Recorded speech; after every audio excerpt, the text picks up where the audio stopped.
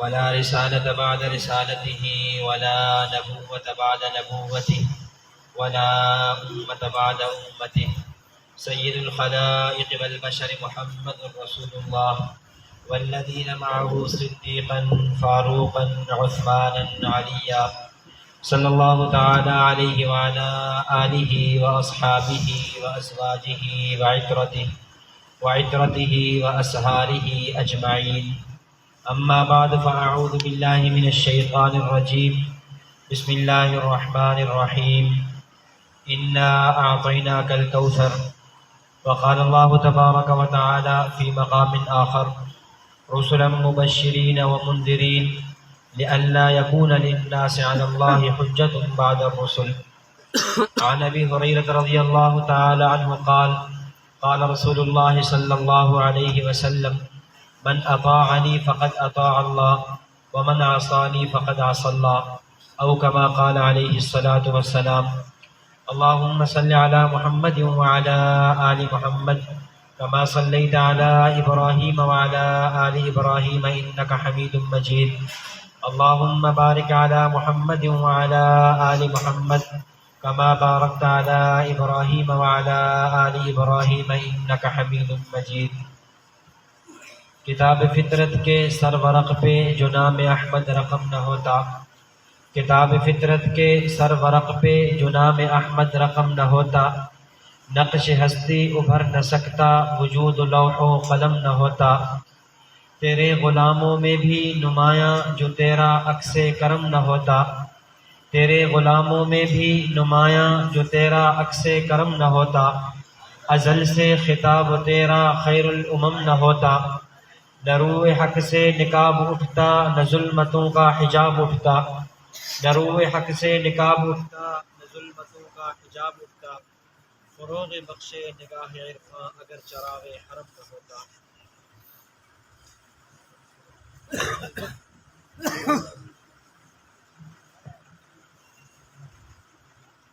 قابل صد احترام معزز علماء کرام، عزیز بھائی اور دوستوں، سب سے پہلے تو میں دو بچے جنہوں نے قرآن کریم کو مکمل کیا ہے ان کو، ان کے والدین کو اور ان کے استاد محترم کو، اور اس طرح حضرت مولانا محمد شعیب صاحب کو اور دیگر جامعہ کے جو معاونین ہیں، متعلقین ہیں، ان کو مبارکباد پیش کرتا ہوں کہ اللہ رب العزت نے اتنی بڑی دولت ان کو اپنے سینے میں سمیٹنے کی اور ان حضرات کو اس کا ذریعہ بننے کی توفیق عطا فرمائی ہے.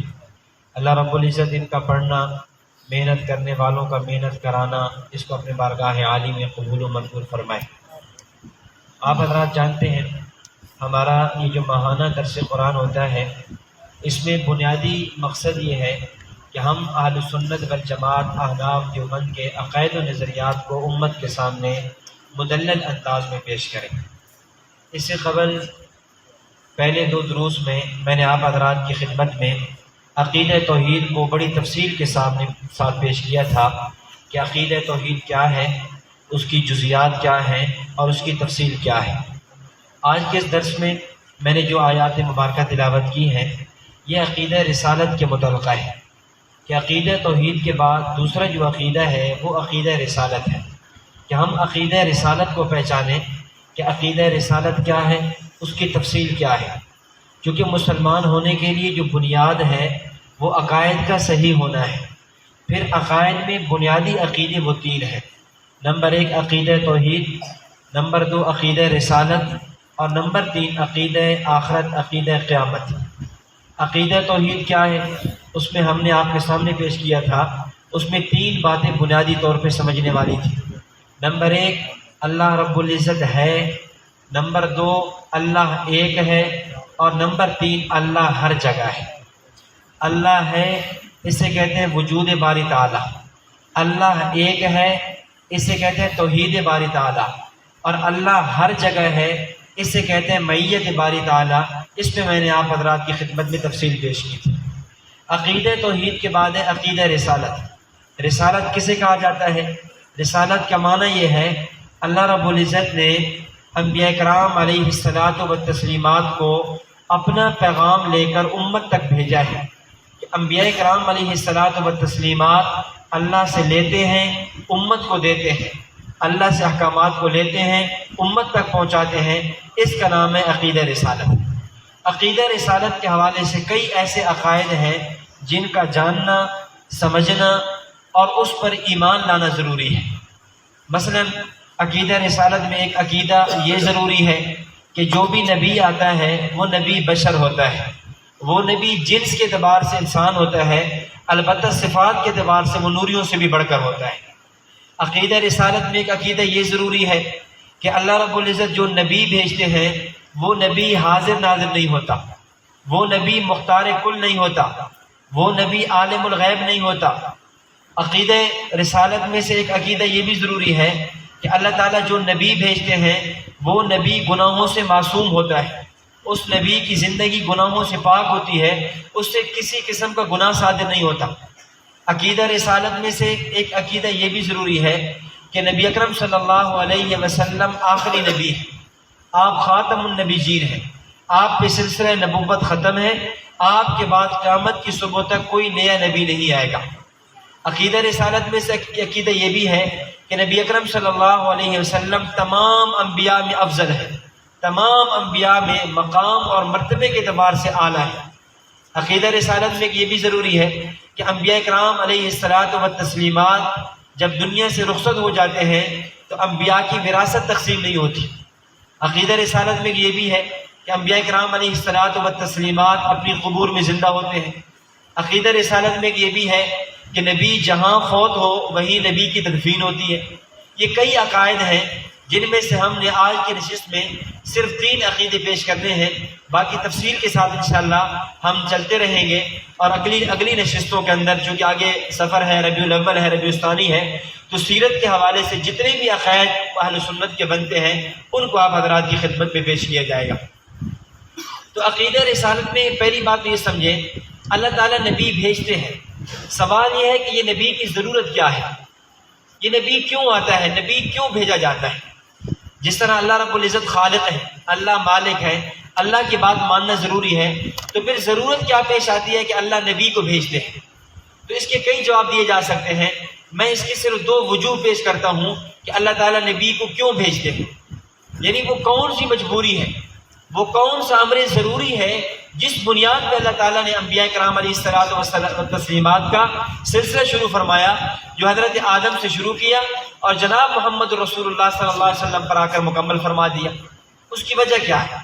اس کی وجہ یہ ہے کہ دیکھیں دنیا میں ہمارا معاشرہ، ہمارا عرف، ہمارا ماحول، وہاں ایک اصول یہ ہے کہ کسی آدمی کے اندر رحمت کا مادہ ہو، کسی آدمی کے اندر ہمدردی کا مادہ ہو، کسی آدمی کے اندر خیرخواہی کا جذبہ ہو، یہ ایک اچھی صفت سمجھی جاتی ہے۔ اور اگر کسی آدمی کے اندر رحمت نہ ہو، ہمدردی نہ ہو، خیرخواہی کا جذبہ نہ ہو، اس کو ہمارے معاشرے میں معیوب سمجھا جاتا ہے، اس کو ہمارے معاشرے میں برا سمجھا جاتا ہے، اس کو کوئی اچھی صفت یا اچھی خوبی تصور نہیں کیا جاتا۔ میں اس کی مثال عرض کرتا ہوں۔ مثال کے طور پہ آپ یہاں باہر نکلیں، ایک نابینا جا رہا ہے اور آپ سمجھتے ہیں یہ نابینا ہے، یہ آنکھوں سے دیکھ نہیں سکتا، اور اس نے جس جگہ سے گزرنا ہے آگے وہاں ایک درندہ کھڑا ہے، اور چونکہ یہ تو نابینا ہے، یہ دیکھ نہیں سکتا، ممکن ہے یہ درندہ، یہ جانور اس کو نقصان پہنچائے، اس کو کھا جائے۔ تو جو آدمی دیکھنے والا ہے اس کی ذمہ داری بنتی ہے وہ اس نابینا کو روک لے۔ اگر روک لے گا اس کو رحم دل سمجھا جائے گا اور اس کا احسان ہوگا اور یہ اس کی ذمہ داری ہے، اور اگر نہیں روکے گا تو یہ ایک معیوب ہوگا، یہ اس کے لیے ایک بہت اعتراض کی بات ہوگی۔ تو اسی طرح اسی بھی بات سمجھیں کہ اللہ رب العزت نے انسان کو پیدا کیا، انسان کی پیدائش کا مقصد کیا ہے؟ وما خلقت الجن والانس الا لیعبدون، عبادت کرنی ہے۔ انسان کو اور جنات کو دنیا میں بھیجنے کی جو غرض ہے وہ اللہ رب العزت نے اپنے احکامات کو دینا ہے اور انہوں نے پورا کرنا ہے۔ اب وہ کون سی چیزیں ہیں جن میں کرنے سے انسان جنت کی طرف جاتا ہے اور جن کے کرنے سے انسان جہنم کی طرف چلا جاتا ہے؟ اب یہ وہ چیزیں ہیں جو انسان خود نہیں جان سکتا، انسان خود نہیں پہچان سکتا، اور نہ ہی انسان اللہ سے پوچھ سکتا ہے، کیونکہ اللہ تعالیٰ سے پوچھے گا تو وہ جس نے اللہ تعالیٰ کو دیکھا ہو، یا جس نے اللہ تعالیٰ کی بات کو براہ راست سنا ہو، انسان ہوں یا جنات ہوں، اس میں سے کسی نے نہ اللہ کو براہ راست دیکھا ہے اور نہ ہی اللہ تعالیٰ کی بات کو براہ راست سنا ہے، تو اب ایک ایسی ہستی کا ہونا ضروری تھا، کچھ شخصیات کا وجود ضروری تھا کہ جنہوں نے اللہ کو دیکھا بھی ہو، اللہ سے گفتگو بھی فرمائی ہو، اور ان ہستیوں کا نام انبیاء کرام علیہ الصلوۃ والتسلیمات ہے۔ انبیاء وہ ہستیاں ہیں، وہ شخصیات ہیں جنہوں نے اللہ کو دیکھا بھی ہے، اللہ سے براہ راست گفتگو بھی فرمائی ہے، تو اللہ تعالیٰ وہ احکامات انبیاء کو دیتے ہیں اور انبیاء امت تک پہنچاتے ہیں اور امت کو آ کر بتاتے ہیں کہ یہ راستہ جنت کا ہے، یہ راستہ جہنم کا ہے۔ اگر اللہ نبی کو نہ بھیجتے تو پھر کوئی کہنے والا کہہ سکتا تھا کہ اعاذنا اللہ ظالم ہے، اللہ بے رحم ہے، اللہ سنگ دل ہے، کہ انہوں نے کچھ ایسی شخصیات کا انتخاب کیوں نہیں فرمایا جو امت کو نیک اعمال کی طرف لے جاتے اور امت کو برے اعمال اور غلط راستے سے بچا دیتے۔ اس لیے انبیاء کا وجود بہت ضروری ہے، اور اللہ رب العزت نے انبیاء کرام علیہ الصلوۃ والتسلیمات کا سلسلہ جاری فرمایا ہے۔ پہلے نبی ہمارا عقیدہ سیدنا آدم علیہ الصلوۃ والسلام، اور آخری نبی امام الانبیاء خاتم النبیین حضرت محمد الرسول اللہ صلی اللہ علیہ وسلم۔ اہل سنت والجماعت کا عقیدہ یہ ہے، حضرت آدم علیہ السلام سے لے کر عیسیٰ علیہ السلام تک ان تمام انبیاء پر اجمالاً ایمان لانا ضروری ہے۔ قرآن کریم میں ہے کہ کتنے رسول ایسے ہیں، وَرُسُلًا قَدْ قَصَصْنَا عَلَيْكَ، کتنے رسول ایسے ہیں ہم نے ان کے بارے میں آپ کو بیان فرما دیا، اور کتنے رسول ایسے ہیں کہ وَمِنْهُمْ مَن لَّمْ نَقْصُصْ عَلَيْكَ، جن کا ہم نے آپ کو بیان نہیں فرمایا۔ اب کم و بیش ایک روایت کے مطابق 1,24,000 اور ایک روایت کے مطابق 1,44,000 انبیاء کرام علیہ الصلوۃ والتسلیمات دنیا میں تشریف لائے۔ تو حضرت آدم سے لے کر عیسیٰ علیہ السلام تک ان تمام انبیاء کرام پر اجمالاً ایمان لانا، اور امام الانبیاء خاتم النبیین والمرسلین حضرت سیدنا محمد رسول اللہ صلی اللہ علیہ وسلم کی ذات اقدس پر تفصیلاً ایمان لانا یہ ضروری ہے۔ اور پھر ایک بنیادی عقیدہ انبیاء کرام علیہ الصلوۃ والتسلیمات کے حوالے سے کہ اللہ جو بھی نبی بنا کر بھیجتے ہیں وہ نبی انسان ہوا کرتا ہے، وہ نبی بشر ہوتا ہے۔ ایک ہے نبی کی جنس، نبی کی ذات، اور ایک ہے نبوت کی صفات۔ اگر نبی کی جنس کو دیکھیں، نبی کی ذات کو دیکھیں، وہ بشر ہے، وہ انسان ہے، لیکن اگر نبی کی صفات کو دیکھیں تو پھر نور کیا، وہ نوریوں سے بھی بڑھ کر ہے۔ یہ ہمارا عقیدہ ہے، ہم نبی کو ذات کے اعتبار سے انسان اور نبی کو صفات کے اعتبار سے نوریوں سے بھی بڑھ کر مانتے ہیں، اور قرآن کریم نے بھی یہی بات فرمائی ہے سورۃ الکہف 16 پارے میں کہ اللہ تعالیٰ فرماتے ہیں کہ نبی علیہ الصلوۃ والسلام کو آپ فرما دیجئے قل انما انا بشر مثلکم، آپ نے فرما دے میں تمہاری طرح بشر ہوں، میں انسان ہوں، میں ملک نہیں ہوں، ولا اقول لکم انی ملک، میں فرشتہ نہیں ہوں بلکہ میں کیا ہوں، انسان ہوں۔ اور پھر ایک عقلی دلیل بھی ہے کہ نبی جب بھیجا جاتا ہے تو نبی کا انسان ہونا ضروری ہے۔ اس پر میں دو دلیل عرض کرتا ہوں عقلی اعتبار سے۔ دیکھیں کائنات میں جتنی بھی مخلوق ہے، تمام مخلوقات میں سے ہمارا عقیدہ اور نظریہ یہ ہے کہ افضل ترین مخلوق وہ انبیاء کرام علیہ الصلوۃ والتسلیمات ہیں۔ اہل سنت کا عقیدہ ہے دنیا کے سارے کافر جمع ہو جائیں ایک مومن کے برابر نہیں ہو سکتے، دنیا کے سارے مومن جمع ہو جائیں ایک صحابی کے برابر نہیں ہو سکتے، دنیا کے سارے صحابہ جمع ہو جائیں ایک نبی کے برابر نہیں ہو سکتے، اور آدم سے لے کر عیسیٰ علیہ السلام تک تمام انبیاء جمع ہو جائیں وہ محمد الرسول اللہ صلی اللہ علیہ وسلم کے برابر نہیں ہو سکتے۔ تو کائنات میں افضل ترین مخلوق وہ انبیاء کرام علیہ الصلوۃ والتسلیمات کی ہے۔ تو جب انبیاء کائنات میں افضل ہیں تو ضروری تھا کہ جو کائنات میں سب سے افضل ہیں وہ کائنات میں افضل ترین مخلوق میں آئے۔ جب کائنات میں افضل انبیاء ہیں تو افضل ترین مخلوق بھی کون سی ہونی چاہیے؟ انسانوں کی ہونی چاہیے۔ اور پھر اس پر دلیل بھی ہے، قرآن کریم میں پہلے بارے میں فرمایا وَإِذْ قَالَ رَبُّكَ لِلْمَلَائِكَةِ إِنِّي جَاعِلٌ فِي الْأَرْضِ خَلِيفَةً، کہ اللہ تعالیٰ نے آدم کو مسجود ملائکہ بنایا ہے۔ آدم علیہ الصلوۃ والسلام کو فرشتوں کو کہا اسجدوا لآدم، آدم کو سجدہ کرو، تو آدم علیہ الصلوۃ والسلام کو سجدہ کرایا جا رہا ہے۔ فسجدہ کرنے والے فرشتے ہیں، معلوم یہ ہوا کہ آدم انسان اتنا مقام اور مرتبے والا ہے کہ اس کے سامنے نوری اور فرشتے بھی سجدے میں جھکے ہوئے ہیں۔ تو اس سے معلوم یہ ہوتا ہے کہ کائنات میں افضل ترین مخلوق وہ انسانوں کی ہے۔ تو جب انبیاء افضل ترین ہے تو ضروری تھا کہ انبیاء کرام کس میں آنے چاہیے؟ انسانوں میں آنے چاہیے۔ اور پھر دوسری بات، انبیاء کرام علیہ الصلوۃ والسلام کی جو بعثت ہے، انبیاء جو تشریف لائے ہیں کن کی طرف آئے ہیں؟ انسانوں کی طرف۔ انبیاء کن کی طرف آئے؟ انسانوں کی طرف۔ مشرکین مکہ نے سوال کیا، 15 پارہ سورہ بنی اسرائیل، سوال کیا ہم اس کو نبی نہیں مانتے۔ نبی اکرم صلی اللہ علیہ وسلم کو انہوں نے جو اعتراضات کیے، ہم نبی نہیں مانتے۔ بھائی آپ کیوں نبی نہیں مانتے؟ کہتے ہیں نبی ہم اس لیے نہیں مانتے، یہ تو انسان ہے، یہ تو چلتا ہے، کھاتا ہے، پھرتا ہے، بازاروں میں ہمارے ساتھ جاتا ہے، ہم کیسے اس کو انسان نبی مانے؟ تو اللہ تعالیٰ نے فوراً آیت اتاری اور فرمایا کہ اگر قل لو کان فی الارض ملائکۃ یمشون مطمئنین فی الارض لنزلنا علیہم من السماء ملکا رسولا، اگر زمین پہ فرشتے بستے ہوتے، اگر زمین پہ فرشتے ہوتے تو ہم جو نبی بھیجتے وہ بھی فرشتوں میں سے ہوتا۔ چونکہ زمین پہ فرشتے نہیں ہیں، زمین پہ بسنے والے انسان ہیں، تو ضروری یہ ہے کہ نبی بھی وہ ہے جو انسانوں میں سے۔ کیوں؟ اگر اللہ تعالیٰ نبی بنا کر بھیجتے فرشتوں میں سے، فرشتہ نبی بن کر آتا، اب فرشتہ کہتا کہ جی تم روزہ رکھو، اب انسانوں نے کیا کہنا تھا کہ آپ فرشتہ ہیں، آپ کو تو بھوک لگتی نہیں ہے، آپ کو پیاس لگتی نہیں ہے، کیونکہ فرشتے نوری مخلوق ہیں، وہ کھانے سے پاک ہیں، وہ پینے سے پاک ہیں، وہ سونے سے پاک ہیں، وہ خواہشات سے پاک ہیں۔ اب کوئی انسان کہہ سکتا تھا فرشتوں کو کہ آپ تو نبی بن کر آ گئے اور آپ کو تو بھوک لگتی نہیں ہے، ہم روزہ رکھیں، روزے میں کیا مشقت ہے، کیا بھوک ہے، آپ کو کیا اندازہ ہے؟ تو اللہ تعالیٰ نے انسان کو نبی بنا کر بھیجا ہے تاکہ انسان وہ جو نبی ہوگا وہ بھی روزہ رکھ کر امت کو دکھائے گا اور یہ کہے گا کہ روزہ رکھنا مشکل نہیں ہے، میں نبی ہوں، اگر میں روزہ رکھ سکتا ہوں تم روزہ کیوں نہیں رکھ سکتے؟ اسی طرح اگر نبی دعوت دیتا کہ تم کیا کرو، تہجد کی نماز پڑھو، فجر کی نماز میں اٹھو، اگر نبی فرشتہ ہوتا انسانوں نے کیا کہنا تھا کہ آپ کو تو نیند آنی نہیں ہے، آپ تو نوری مخلوق ہیں، اب آپ کو کیا پتا کہ رات کا بستر چھوڑ کر فجر کی نماز میں حاضری کتنی مشکل ہے؟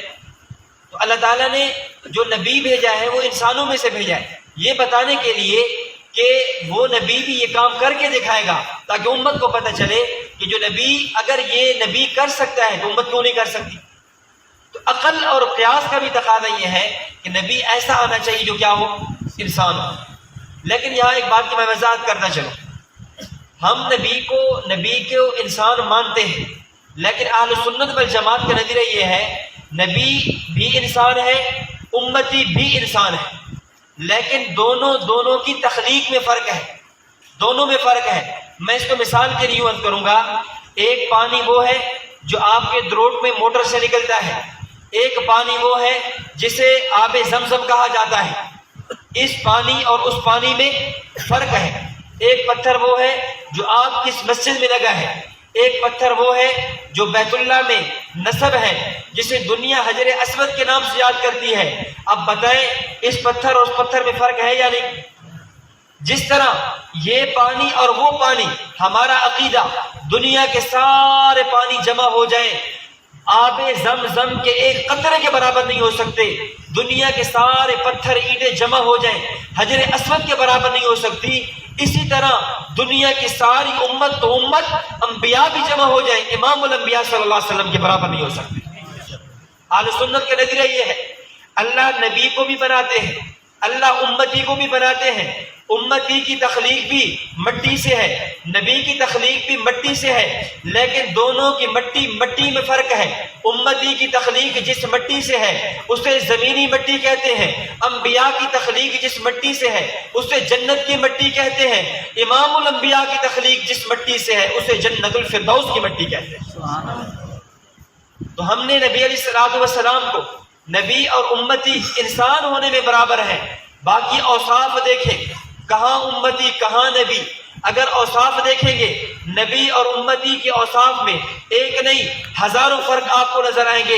امتی وہ ہے جس کے جسم پہ مکھی بیٹھ جاتی ہے، نبی وہ ہے جس کے جسم پہ مکھی نہیں بیٹھ سکتی۔ امتی وہ ہے وہ تھوکے اس کے لعاب میں بیماریاں ہیں، اس کے لعاب میں امراض ہیں، اس کے لعاب میں بدبو ہے۔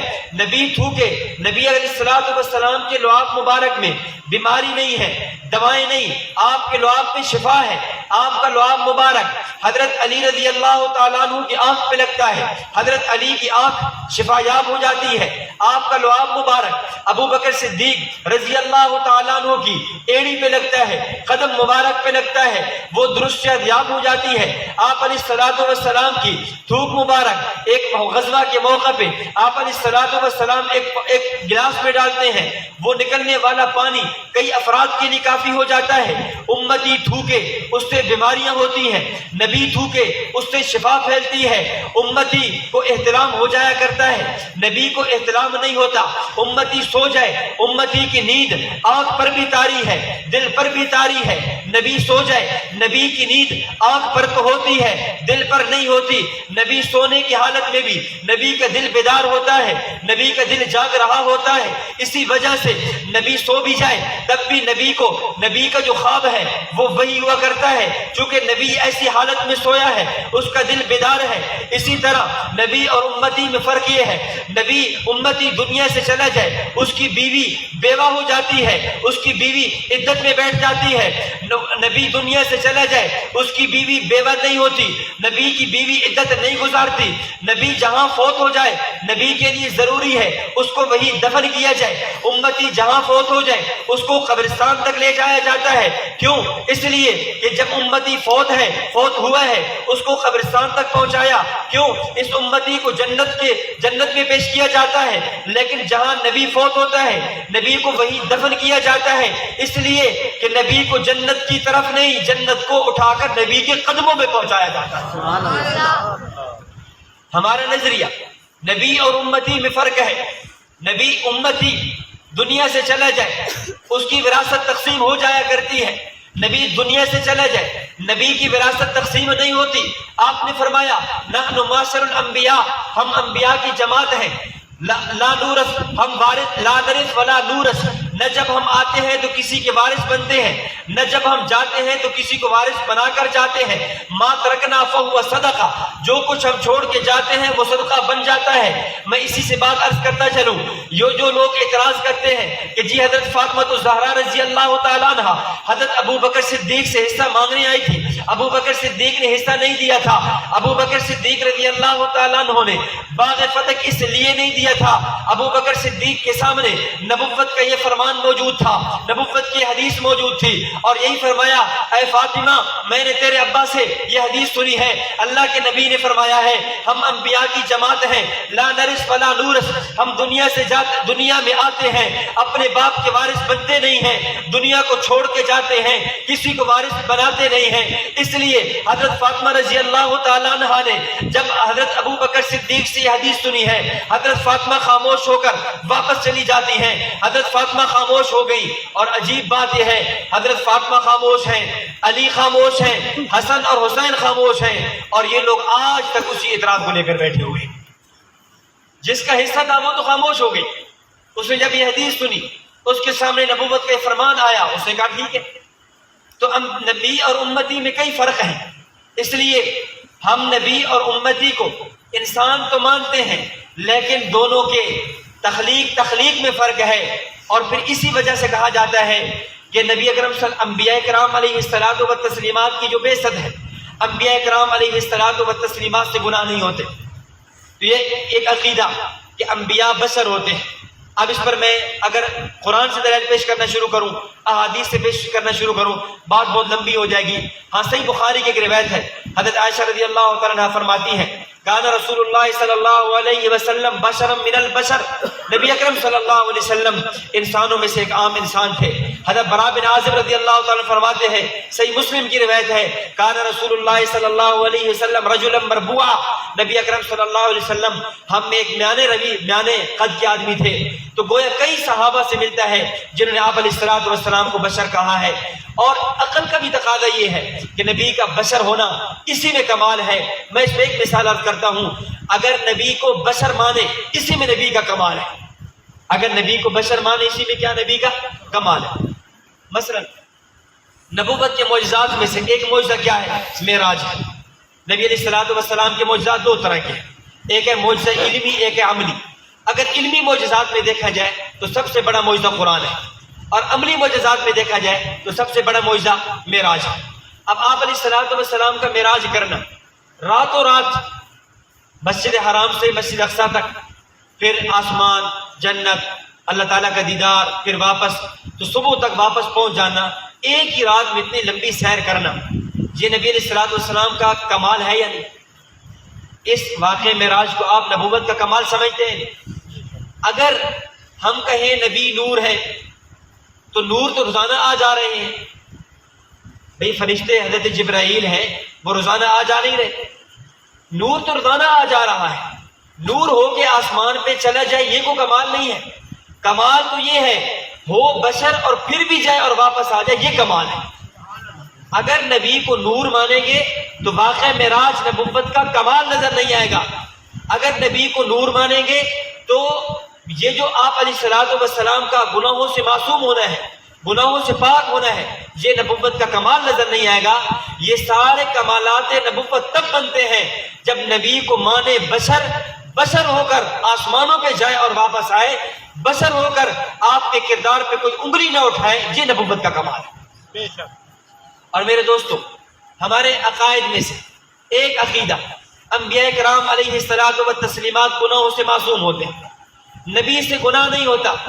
اللہ نبی کا مادہ اور طبیعت ہی ایسے بنا دیتے ہیں، کبیرہ تو بہت دور کی بات ہے، نبی سے صغیرہ گناہ بھی نہیں ہوتا۔ اب اس پر کئی دلائل ہیں، میں چند عقلی دلیلیں پیش کرتا ہوں۔ امام غزالی رحمۃ اللہ علیہ نے لکھا، امام غزالی فرماتے ہیں نبی اکرم صلی اللہ علیہ وسلم کے گناہوں سے پاک ہونے پر ایک دلیل یہ ہے، فرمایا کہ دلیل یہ ہے کہ نبوت کی ذات کامل ہے۔ کامل کیسے؟ آپ علیہ السلام نے مکۃ المکرمہ میں 40 سال گزارے، 40 سال گزارنے کے بعد جب آپ نے اعلان نبوت فرمایا، اعلان نبوت فرماتے ہوئے آپ نے مشرکین مکہ کو جمع کیا اور ان کے سامنے جب اعلان فرمایا، جب اپنی نبوت کی دلیل پیش کی ہے، تو اللہ کے نبی صلی اللہ علیہ وسلم نے سب سے پہلے اپنی ذات کو، اپنے کردار کو پیش کیا، اور کیا فرمایا؟ اے مشرکین مکہ، فقد لبثت فیکم عمرا من قبل، کہ میں نے تمہارے اندر 40 سال گزارے، اس 40 سال کو تم دیکھ لو، ان سالوں کو مہینوں میں تبدیل کر لو، مہینوں کو ہفتوں میں لے آؤ، ہفتوں کو گھنٹوں میں لے آؤ، گھنٹوں کو منٹوں میں لے آؤ، منٹوں کو سیکنڈوں میں لے آؤ، ان 40 سال میں کوئی ایک سیکنڈ پیش کر دو جس میں تم نے مجھے جھوٹ بولتے ہوئے دیکھا ہو، ایک سیکنڈ پیش کر دو جس میں تم میری ذات پہ الزام لگا سکو، ایک سیکنڈ پیش کر دو جس میں تم مجھے خائن ثابت کر سکو۔ جب آپ صلی اللہ علیہ وسلم نے اتنا بڑا چیلنج پیش کیا، اپنے آپ کی ذات کو پیش کیا ہے، تو مشرکین کا کیا جواب تھا کہ وجدنا جربنا مرارا ما وجدنا فیک الا صدقا، کہ ہم نے آپ میں تجربہ کیا، 40 سال تک ہم نے آپ کی زندگی کو دیکھا، ہم نے آپ کے نشیب و فراز کو دیکھا، آپ کے لیل و نہار کو دیکھا، آپ کے اٹھن بیٹھن کو دیکھا، آپ کے چال اور چلن کو دیکھا، ہم نے آپ کی ذات میں سچائی کے علاوہ، امانت کے علاوہ، دیانت کے علاوہ ہم نے کوئی چیز آپ کے اندر نہیں دیکھی۔ امام غزالی رحمہ اللہ فرماتے ہیں مشرکین مکہ وہ تھے جنہوں نے جو چاہا آپ پر الزام لگایا، انہوں نے آپ کو ساحر کہا، آپ کو مجنون کہا، دیوانہ کہا، لیکن کبھی انہوں نے آپ کی کردار کشی نہیں کی ہے، آپ پر کبھی کوئی بدکار ہونے کا، خائن ہونے کا، جھوٹا ہونے کا الزام نہیں لگایا۔ وہ دشمن تھے، وہ مخالف تھے، الزام لگا سکتے تھے لیکن انہوں نے نہیں لگایا۔ اور پھر اللہ کے نبی صلی اللہ علیہ وسلم مکہ المکرمہ سے ہجرت فرما کر مدینہ طیبہ پہنچ گئے۔ آپ علیہ السلام نے 10 سال مدینہ میں گزارے ہیں، پھر یہاں تک کہ سن 8 ہجری میں مکہ فتح ہوا۔ آپ علیہ السلام دوبارہ مکہ میں فاتحانہ انداز میں داخل ہوتے ہیں۔ جب فاتحانہ انداز میں داخل ہوئے اور اس وقت آپ علیہ السلام نے ان لوگوں کو جنہوں نے مکہ کی زندگی میں مظالم کی انتہا کر دی تھی. کبھی حضرت بلال رضی اللہ تعالیٰ عنہ کو تپتے ہوئے انگاروں پر لٹایا جاتا ہے, سمیہ رضی اللہ تعالیٰ عنہ کو شہید کر دیا جاتا ہے, حضرت زنیرہ رضی اللہ تعالیٰ عنہ کی آنکھیں نکال دی جاتی ہیں. کس حد تک مظالم تھے جو انہوں نے مسلمانوں پہ کیے. شاید کوئی ایسا ظلم نہ بچا ہو جو انہوں نے مسلمانوں پہ نہ کیا ہو. لیکن آج جب نبی فاتحانہ ہو کر مکہ میں داخل ہوتا ہے تو نبی علیہ الصلوۃ والسلام وہی اعلان کرتے ہیں جو حضرت یوسف علیہ الصلوۃ والسلام نے اپنے بھائیوں کے سامنے کیا تھا اور فرمایا تھا لا تثریب علیکم اليوم, اے میرے بھائیوں آج میں نے تم سب کو معاف کر دیا. وہی اعلان امام الانبیاء ان کو کہہ رہے ہیں اور کر رہے ہیں. فرمایا آج جو ابو سفیان کے گھر میں داخل ہوگا وہ امن والا ہے, جو بیت اللہ میں داخل ہو جائے گا وہ امن والا ہے. آج میں کسی سے بھی بدلہ نہیں لیتا. امام غزالی رحمۃ اللہ علیہ فرماتے ہیں نبی علیہ الصلوۃ والسلام کا یہ کردار, آپ علیہ الصلوۃ والسلام کی مکی زندگی, آپ کی مدنی زندگی اور پھر مکہ میں فاتحانہ انداز میں داخل ہو کر اس طرح اعلان کر دینا, یہ اس بات کی دلیل ہے کہ نبی کی ذات پر کسی قسم کا عیب نہیں لگایا جا سکتا. اور پھر میں بات کو تھوڑا اور آگے بڑھوں. امام راضی رحمۃ اللہ علیہ نے ایک اور نقطہ لکھا. امام راضی فرماتے ہیں نبی مکمل بھی ہے. امام غزالی فرماتے ہیں نبی کامل ہے, یعنی آپ ذات کے اعتبار سے کامل ہیں. امام راضی فرماتے ہیں مکمل ہے. مکمل کا معنی یہ ہے جو لوگ آپ کے ساتھ مل گئے اللہ کے نبی نے ان کو بھی مکمل کر دیا. 23 سالہ دور کے اندر, اتنے تھوڑے وقت کے اندر یہ جو لوگ آپ کے ساتھ ملے, آنے والا ابو بکر ہے آپ نے صدیق بنا دیا, آنے والا عمر ہے آپ نے فاروق بنا دیا, آنے والا عثمان ہے آپ نے غنی بنا دیا, آنے والا علی ہے آپ نے شیر خدا اور مرتضیٰ بنا دیا. یہ جو تھوڑے سے عرصے میں اتنی جماعت آپ کے ساتھ آئی ہے آپ نے ان کو مکمل بنا دیا. جس کو شاید نے یوں کہا تھا خود نہ تھے جو راہ پر اوروں کے ہادی بن گئے, کیا نظر تھی جس نے مردوں کو مسیحا کر دیا. مکمل بھی ہے. اتنے تھوڑے وقت میں 1,24,000 صحابہ کی جماعت تیار کرنا, ایسی جماعت تیار کر کے چلے گئے کہ قرآن کو بھی کہنا پڑا فَإِنْ آمَنُوا بِمِثْلِ مَا آمَنْتُمْ بِهِ فَقَدِ اهْتَدَوْا. ارے تمہارا ایمان تب معتبر ہوگا جب نبی کی تیار کرتا جماعت صحابہ کرام جیسے ایمان ہوگا. تو آپ کامل بھی ہیں, آپ مکمل بھی ہیں. اسی پہ مجھے واقعہ یاد آیا آپ کے مکمل کرنے پر کیسی جماعت تیار کی ہے. ایک مرتبہ حضرت عمر رضی اللہ تعالیٰ عنہ نے حضرت عبداللہ حضرت حسین رضی اللہ تعالیٰ عنہ کو کہا اے حسین کبھی کبھار ہمیں ملنے آ جایا کرو. حضرت حسین رضی اللہ تعالیٰ عنہ ایک دفعہ ملنے کے لیے گئے. جب وہاں پہنچے تو حضرت عمر رضی اللہ تعالیٰ عنہ اندر بیٹھے ہوئے, عبداللہ بن عمر رضی اللہ تعالیٰ عنہ جو حضرت عمر کے صاحبزادے ہیں وہ باہر بیٹھے ہیں. تو حضرت حسین نے کہا کہ میں ملنا چاہتا ہوں. حضرت عبداللہ بن عمر کہنے لگے کہ والد صاحب ایک اہم کام میں مصروف ہیں تو میں نے بھی اجازت طلب کی ہے, مجھے بھی جانے کی اجازت نہیں دی گئی. تو حضرت حسین رضی اللہ تعالیٰ واپس آ گئے. جب آپ واپس آئے تو بعد میں حضرت عمر رضی اللہ تعالیٰ کی پھر ملاقات ہوئی. حضرت عمر کہنے لگے حسین میں نے آپ کو کہا تھا ملنے آ جایا کرو, آپ ملنے بھی نہیں ہیں. حضرت حسین رضی اللہ تعالیٰ کہنے لگے امیر المومنین میں آیا تھا, آپ کے بیٹے عبداللہ رضی اللہ تعالیٰ باہر بیٹھے تھے, میں نے اجازت طلب کی تو عبداللہ کہنے لگے کہ مجھے بھی اجازت نہیں ہے. تو میں یہ سمجھا آپ اہم کام میں مصروف ہوں گے, جب عبداللہ کو اجازت نہیں ہے تو مجھے اجازت کیسے ہوگی. تو حضرت عمر رضی اللہ تعالیٰ کہنے لگے اے حسین وہ بیٹا میرا ہے اور آپ بیٹے علی کے ہو, وہ نواسہ کسی اور کا ہے, آپ نواسے میرے نبی کے ہو. اے حسین آپ کہاں عبداللہ کہاں. یہ جو اصول و ضوابط ہیں عبداللہ بن عمر کے لیے تو ہو سکتے ہیں, حسین یہ اصول و ضوابط آپ کے لیے نہیں ہو سکتے. ارے آپ تو میرے یعنی آپ تو اس شخصیت کے نواسے ہیں جس شخصیت نے ہمیں زمین سے اٹھایا آسمانوں تک پہنچا دیا. آپ تو نواسے اس شخصیت کے ہیں جس نے ہمیں اونٹ چرانے نہیں آیا کرتے تھے, ہم بہتے ہوئے لوگ تھے, ہم گمراہ لوگ تھے, اس نے ہمیں اٹھایا اور آج 22 لاکھ مربع میل کا حکمران بنا دیا. تو اللہ کے نبی نے مکمل کر دیا. آپ اندازہ فرمائیں کیسی جماعت تیار کی. ایسی جماعت تیار کی کہ جو لوگ اونٹ کے پرانے پر گھوڑا دورانے پر جھگڑ جایا کرتے تھے کہ اس کے گھوڑے نے پانی پہلے کیوں پیا, اس کے گھوڑے نے پانی پہلے کیوں پیا, اس بات پہ لڑائی چلتی. 120 سال تک جنگ باز چلتی رہی ہے. لیکن یہی لوگ جب ایک غزوہ کا موقع آیا ہے، 7 صحابہ کرام رضوان اللہ علیہم اجمعین یوں پڑے ہوئے ہیں، آخری وقت ہے، زخموں کے اندر بلبلا رہے ہیں، ایک صحابی پانی لے کر آتا ہے، آ کر پانی دیتا ہے، وہ صحابی کہتے ہیں نہیں میری حالت کچھ بہتر ہے، آپ دوسرے کو پانی دے دیں، وہ دوسرے کے بعد لے کر جاتا ہے، دوسرا کہتا ہے آپ تیسرے کو دے دیں، تیسرا کہتا ہے چوتھے کو دے دیں، چوتھا کہتا ہے 5ویں کو دے دیں، چلتے چلتے 7ویں تک پہنچتا ہے اور 7واں کہتا ہے پہلے کو دے دیں، جب یہ پہلے تک پانی پہنچتا ہے یہ پہلے شہید ہو چکا ہوتا ہے، دوسرا تیسرا 7 صحابہ شہید ہو جاتے ہیں۔ ارے وہ لوگ جو پانی پر جھگڑ جایا کرتے تھے آج وہ جماعت تیار کر کے جا رہے ہیں کہ آج اپنی جان پیش کر دی ہے لیکن اپنے دوسرے بھائیوں کو ترجیح دی۔ تو یہ نبوت کی ذات مکمل ہے۔ تو آپ علیہ الصلوۃ والسلام کے معصوم ہونے کی، گناہوں سے پاک ہونے کی ایک دلیل یہ ہے کہ انبیاء کرام علیہ الصلوۃ والسلام کی کوئی کردار کشی نہیں کر سکتا، آپ کی ذات پر کوئی عیب نہیں لگا سکتا، آپ کی ذات پر کوئی الزام نہیں لگا سکتا۔ اور اس طرح ایک دلیل یہ ہے کہ نبی کا جو وجود ہے وہ جنتی مٹی کا ہے، نبی کا جو وجود ہے وہ کیا ہے؟ جنتی مٹی کا ہے، اور جنت میں گناہ نہیں ہوگا۔ اہل جنت جنت میں چلے جائیں گے تو جنت میں کوئی گناہ کریں گے؟ نہیں ہوگی۔ تو جب جنت میں گناہ نہیں ہونا، نبی کا وجود ہی جنتی مٹی والا ہے، تو پھر نبی سے دنیا میں